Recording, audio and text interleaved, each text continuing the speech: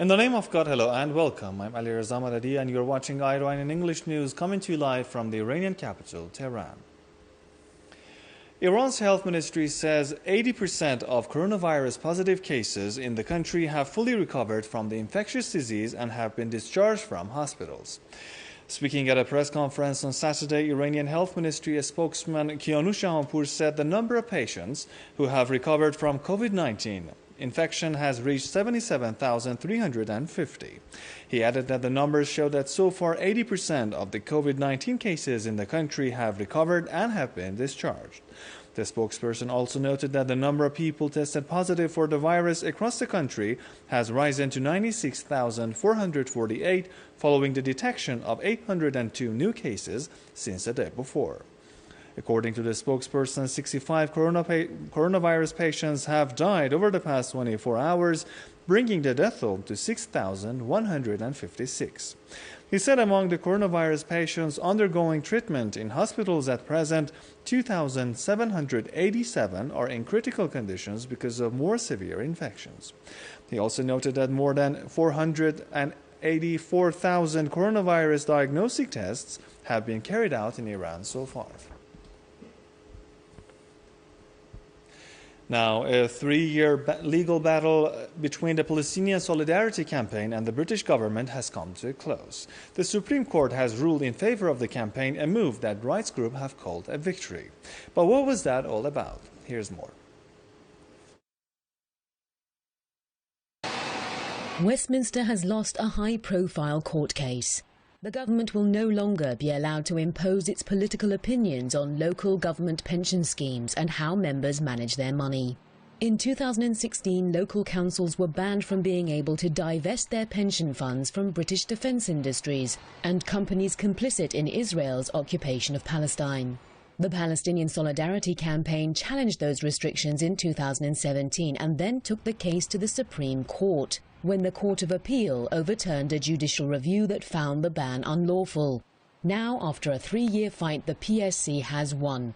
Professor Kamal Hawash, the chair of the Palestinian Solidarity Campaign, said, "This historic victory represents a major win, not just for the campaign for Palestinian rights, but also for the fundamental principles of democracy, freedom of expression and justice." In Britain, anti-Israel sentiments are growing year after year. Israel hasn't managed to prevent footage of the death and deprivation in Gaza reaching the global community, and people are speaking out. Free! Free! Free!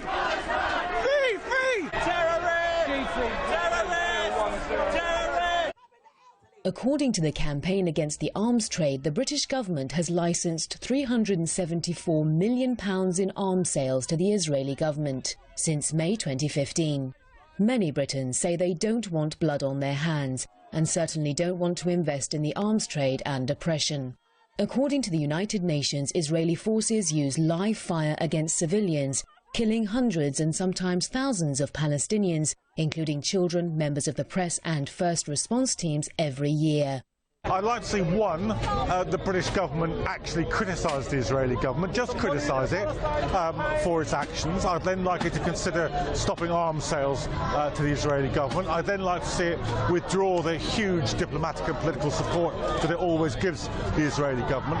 I'd like them to see the deaths of these Palestinians in the way that they would treat the deaths of any other people protesting around the world. This comes at a time when Israel continues to ramp up its oppression of the Palestinian people and pushes ahead with illegal acts such as annexing large swathes of the illegally occupied West Bank. War on Want says the UK government must hold Israel to account by imposing sanctions, as it has done in many other cases.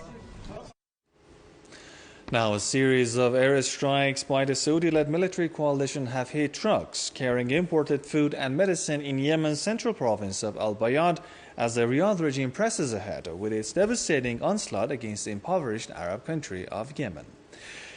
The 3 drivers were injured and a number of people, including foreign nationals, were missing as the shipment owed by local traders went on fire. The bombing happened on Saturday morning when the trucks were waiting at the customs zone recently established in the Afar area of the province. Yemeni Foreign Minister Hisham Sharaf condemned the latest Saudi-led airstrike, saying the Afar customs served as a major entry port for food and medicines in light of the continued Saudi-led siege on the ports of Hodeidah and Sana'a International Airport. Saudi Arabia and a number of its regional allies launched a devastating war on Yemen in March 2015 in order to bring former President Abdurrabba Mansur Hadi back to power and crush the popular Ansarullah movement. More than half of Yemen's hospitals and clinics have been destroyed or closed during the war by the Saudi-led coalition, which is also supported militarily by the United Kingdom, the United States, and other Western nations. Moving on, Iran's permanent representative to Vienna-based international organization says the U.S. attempts to establish itself as a participant to a 2015 nuclear deal signed between Iran and major world powers have no legal grounds following the withdrawal from the landmark accord. My colleague Omid Haidari has the scoop. In a chain of tweets on Saturday, Kazem Garibabadi added that paragraph 10 of UN Security Council Resolution 2231, which endorses the nuclear deal, officially known as the Joint Comprehensive Plan of Action, is a reflection of paragraph 1.2, Annex 4 of the agreement, which enumerates JCPOA participants. He added that the U.S. President Donald Trump issued a presidential memorandum on May 8, 2018, announcing the end to Washington's participation in the JCPOA, as he said, and I'm here today making good on my pledge to end the participation of the United States in the JCPOA. The Iranian diplomat emphasized that the United States has also ended its participation in practice. It has not participated in the meetings within the framework of the JCPOA since its unilateral withdrawal from the deal. He pointed out that it has also violated all its commitments as a JCPOA participants and has spurred no efforts to destroy it through reimposition of sanctions and threatening others to be punished in case of trade with Iran.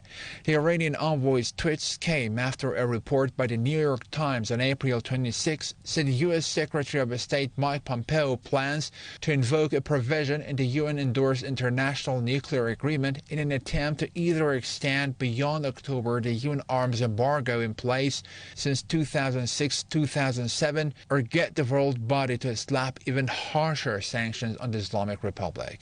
In defiance of global criticism, the U.S. unilaterally withdrew from the JCPOA, which President Trump called the worst deal ever in May 2018 and reimposed the anti-Iran sanctions. Pompeo said on Wednesday that Washington was considering every possibility to renew the bans on selling conventional arms to Iran.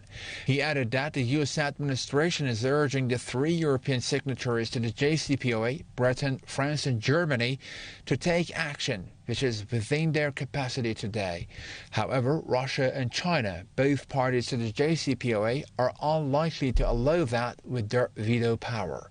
In a phone conversation on Tuesday, Iran's Foreign Minister Mohammad Javad Zarif and his Russian counterpart Sergei Lavrov dismissed Pompeo's most recent anti-Iran scheme as delusional and impractical. In a post on his official Twitter account on Saturday, the top Iranian diplomat responded to his American counterpart's attempt to push ahead with a scheme to extend the UN arms embargo on Iran, saying the United States of Arms is pouring weapons all over the globe as it is the world's top war initiator.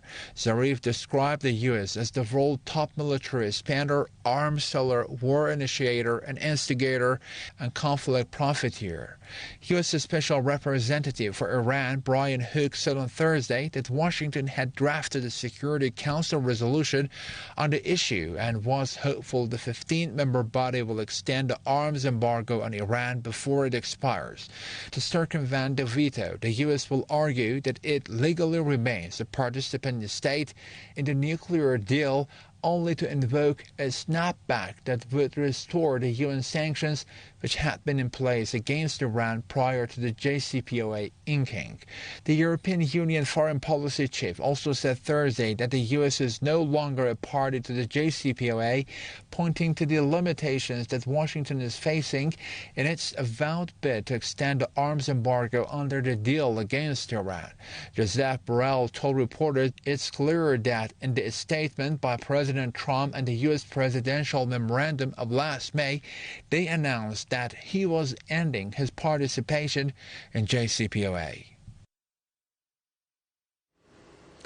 And finally, the European Central Bank has announced that the Eurozone has faced historic economic slump amid coronavirus crisis. When it comes to employment, economists say small to medium-sized businesses provide half of all jobs in the Eurozone.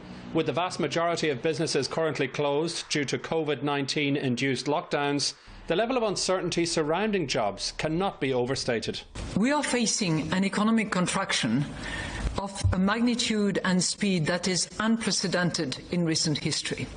The European Central Bank has announced it will start lending money to financial institutions at record low rates to try and keep the Eurozone economy alive amid the pandemic. In other developments, lawmakers have been quizzing EU Foreign Policy Chief Josep Borrell about allegations his department watered down a report critical of China following pressure from Beijing.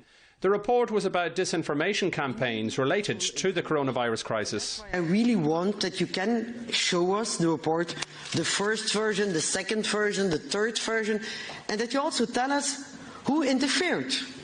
Which Chinese official put pressure? Borrell insists the confusion arises because there was one report for internal use and one for public consumption. It has not been written under pressure.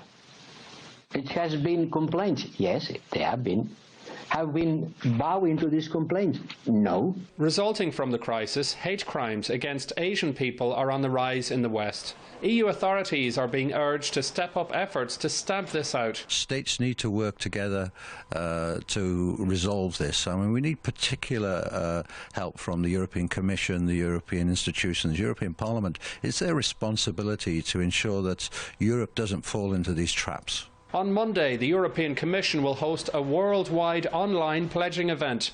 The initial goal is to reach €7.5 billion worth of donations. The money collected will help accelerate the development and deployment of universally available and affordable vaccination, treatment and diagnostics.